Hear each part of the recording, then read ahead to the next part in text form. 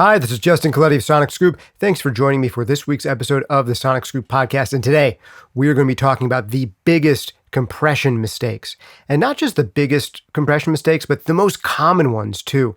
I just launched my new compression breakthroughs course. It's coming up on 2 months ago now, and it was my fastest selling course ever. Super proud of this one. We've had thousands of students take it. We've gotten tremendous feedback, and I get to see again and again the questions that come up, the things that people were having the most trouble with. And I've had a lot of conversations, both in group settings and one-on-one, about what was holding people back the most with compression, what finally helped them start to succeed with compression and limiting. So I want to give you some insights into what are the 5 major things that will make you use compression in a sucky way, but also what you can do about them.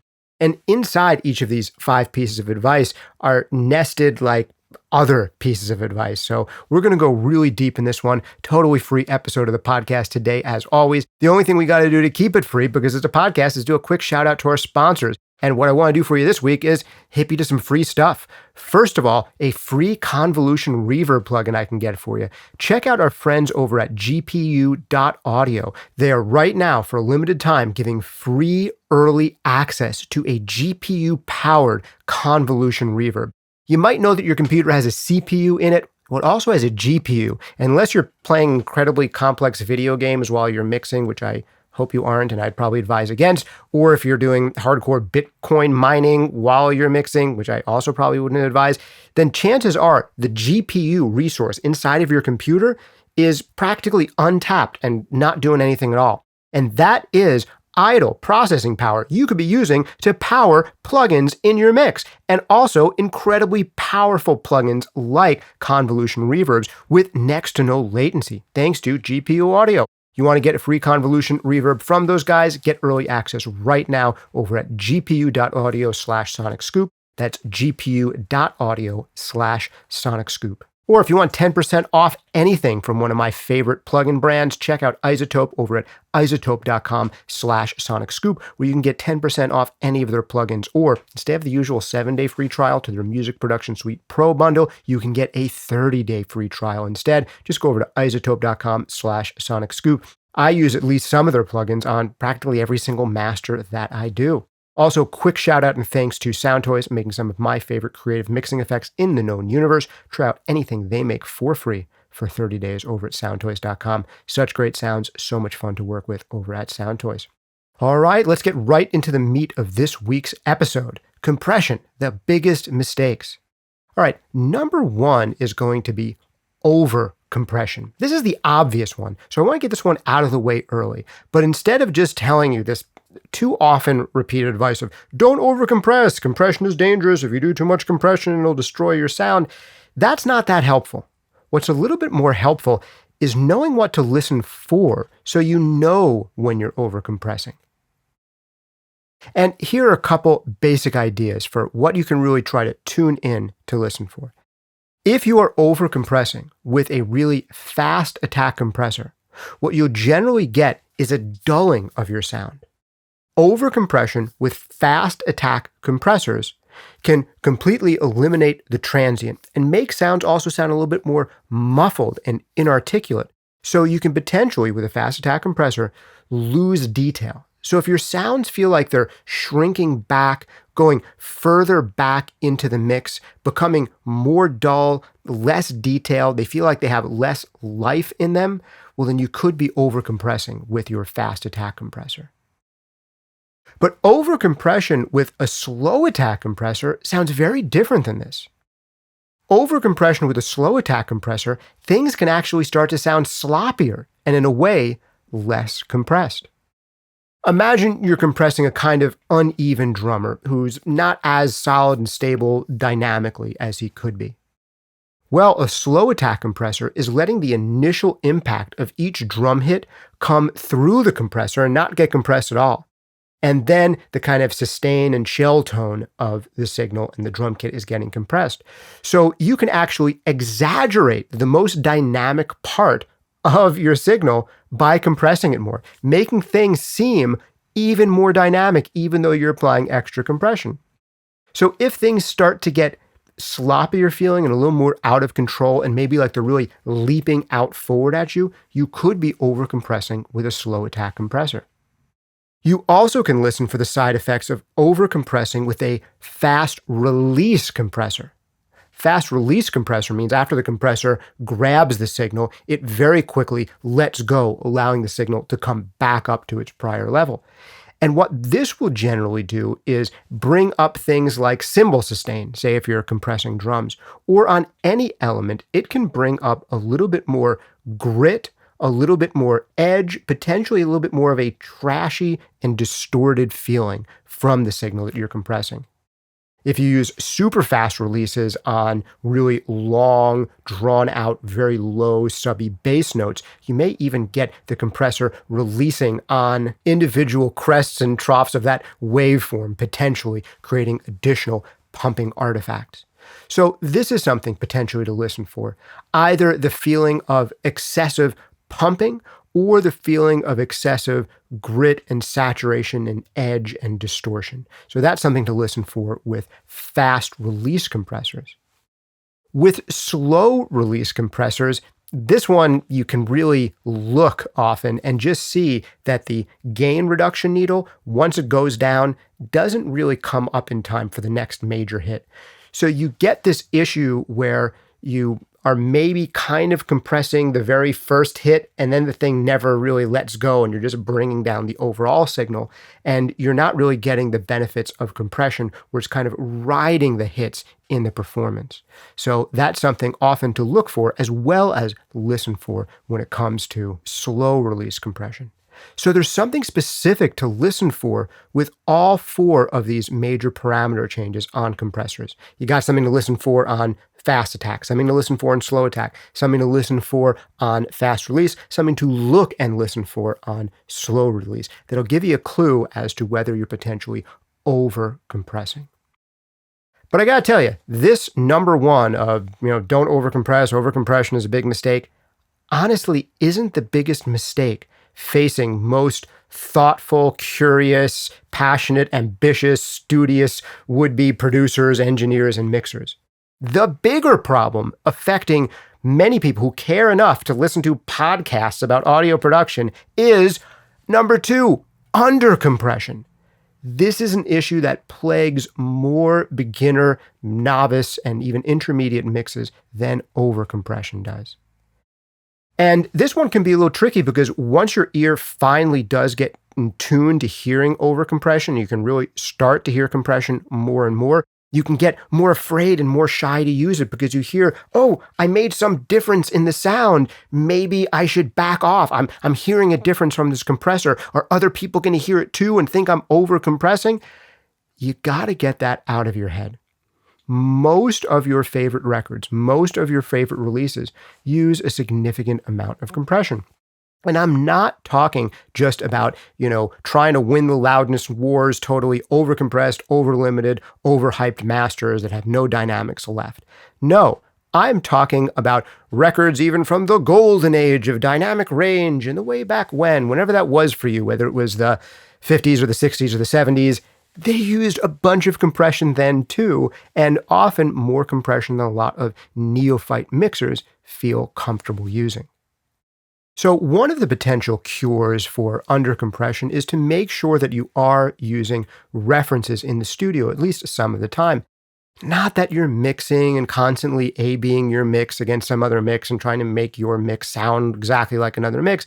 That'll make you pull your hair out. Not a great idea. There are better and worse ways to use references. I have whole podcast episodes about that. I'm not going to go into it in too much detail, but you've got to occasionally remind yourself of what an appropriate amount of compression sounds like, if you feel like you can hear compression, by getting great sounding releases into your ear in your own studio.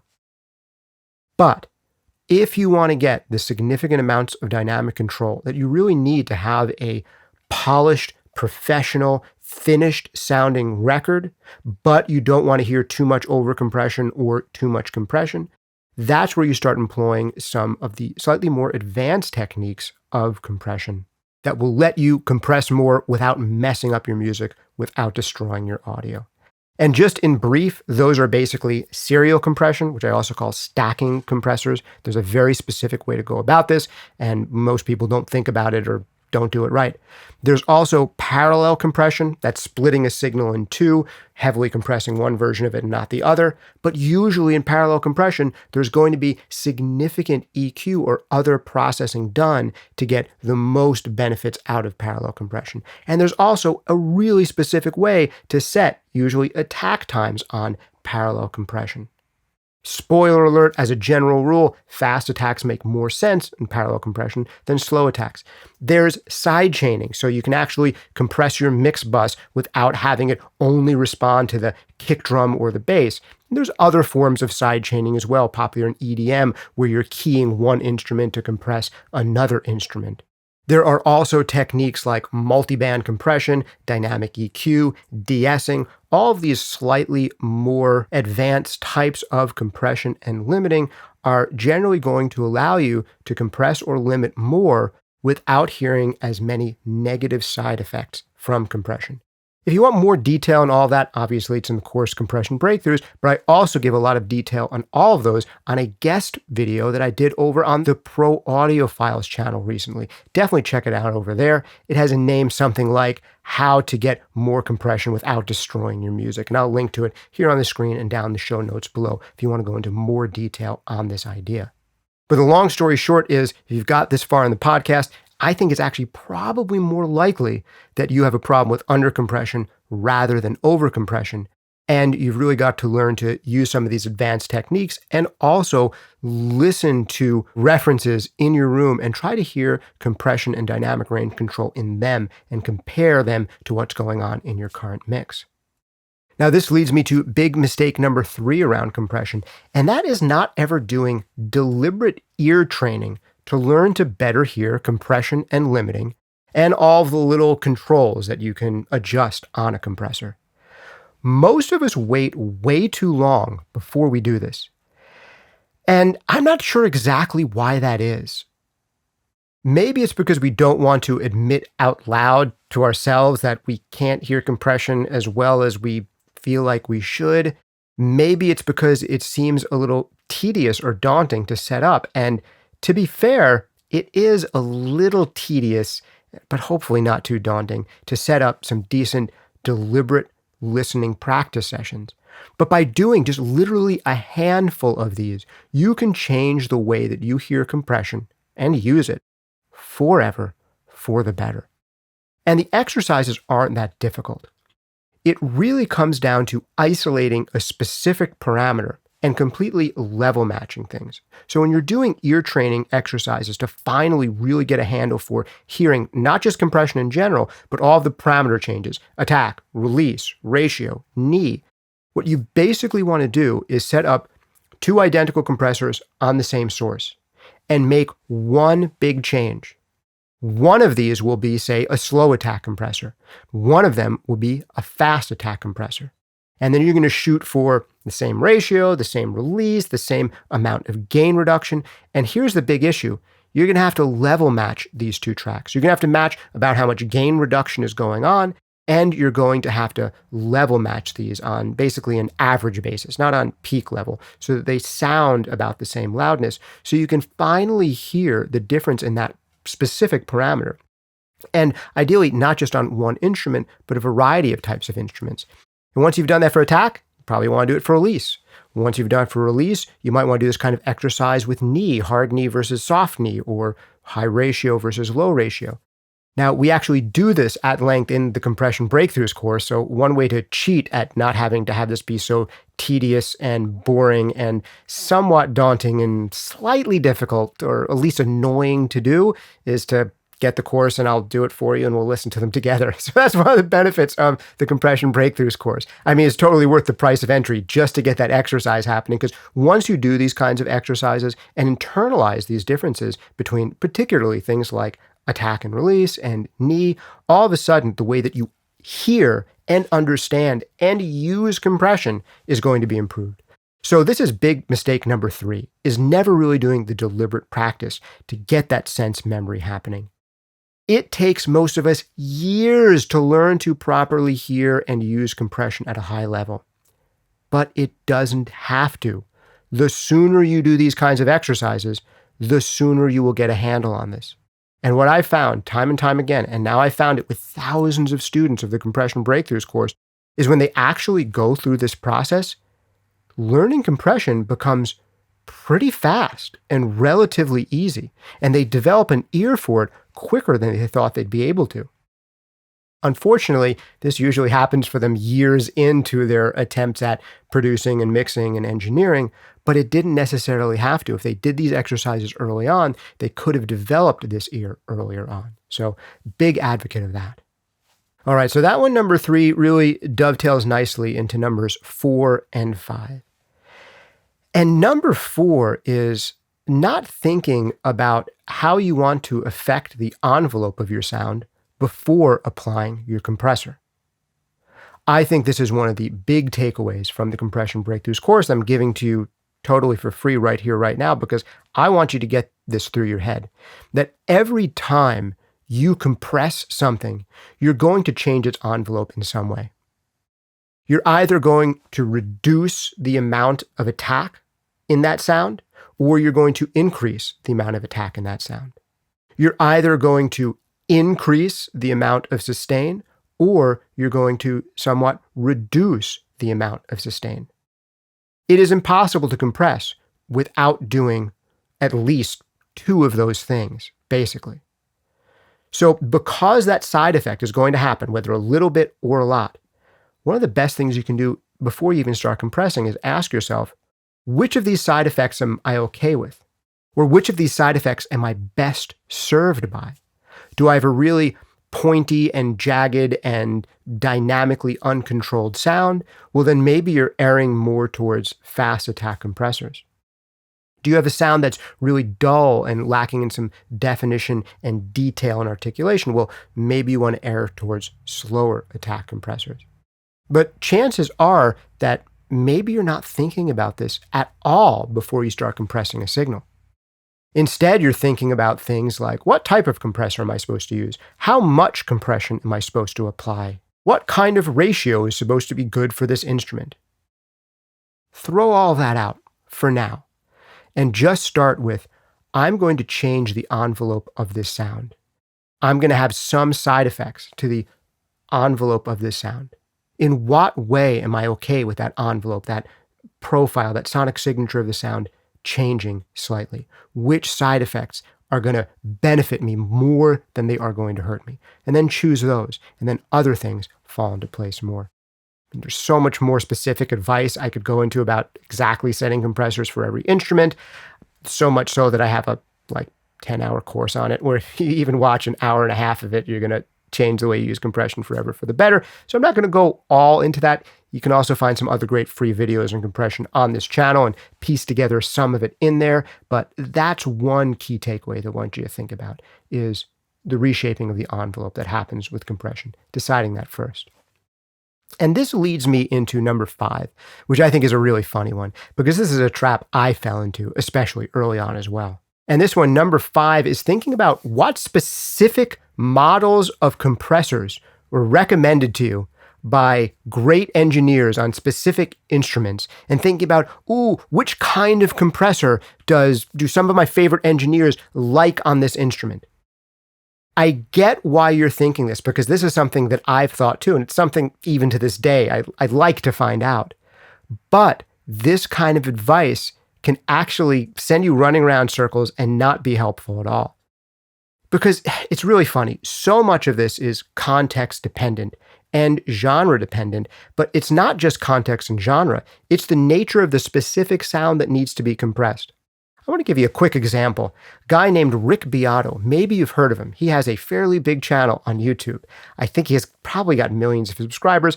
Totally respect what he does. He has a very popular video on compression where he teaches the basics of compression. And at some point, a little further into the video, he starts giving specific compressor model recommendations. And when it comes to his favorite compressors on drums, he starts to list off a whole bunch of different compressor models. And they turn out to be most of the compressors that exist. And then he lists out some of his favorite compressors for vocals, and they turn out to be most of the famous compressor models that exist. And then he goes into his favorite compressors for bass, and they tend to be practically all of the most famous compressor models that exist. So like every single instrument group we go through, it lists out a bunch of compressors, and there's so much crossover between the lists. There's more shared compressors on the list for each instrument than there are not shared compressors. Yeah, there's probably like one or two exceptions here and there. Maybe there's one that made it to the list for vocals that didn't make it to the list for bass, and one that made it to the list for vocals that didn't make it to drums, and vice versa. But by and large, it's like all of the compressor models that there are the ones mentioned for every instrument. And if you listen to enough great producers and engineers, you will come up with the same thing. Practically all of the famous compressor models that you've already heard of are like the favorite of someone on practically every instrument, with a very small, limited number of exceptions, and a very small, limited number of standouts that are sometimes mentioned for a particular instrument, but not another. But the crossover is like 80 to 90%. It's that high. And this is because the answer with compression is, it depends. It depends on what the sound needs. So I'm going to clarify this one. So number 5, revised, is thinking about what specific models of compressors were recommended to you instead of what you want to do to the sound. So that's the big thing. In what way, if any, does this sound or instrument need to change? And this goes back to number 4, which is first asking yourself about the envelope and how you want to change the texture of the sound. And then if you are going to use, instead of a fully variable compressor where you have controls over attack and release and knee, you're going to use like a specific model of vintage compressor. Then you've got to plug into your mind which of these specific vintagey, hardware-y models of compressor do that thing that I'm looking to do to this sound. So the answer is not that the DBX 160 is a good compressor to use on bass or kick drum because it's good on low-frequency instruments.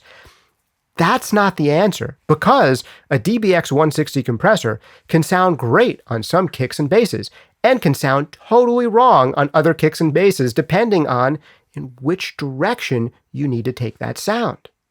Same thing with the 1176 is great on bass guitar, or the 1176 is great on parallel drum bus, or the 1176 is great on male rock vocals. That could be true in any one of those contexts, and it could also potentially be wrong, depending on how you want to compress that particular bass.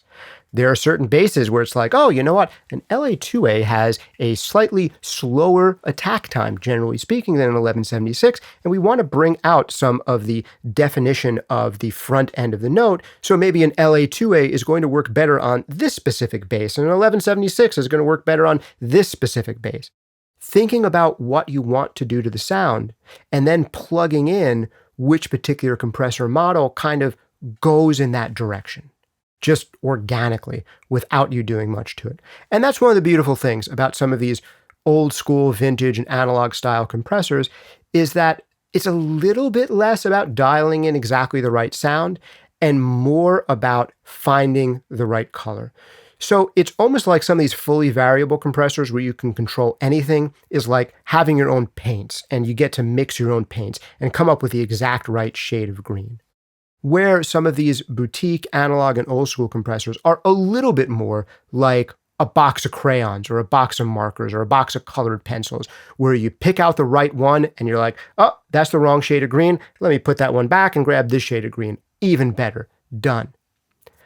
Of course, there's crossover between both the types. I'm kind of oversimplifying things here, but that's a good way to think about the general idea about using a fully variable compressor versus a compressor that is a little bit more fixed, a little bit more set, maybe a little bit less adjustable, or just has a little bit more of its own sonic signature right out of the gate.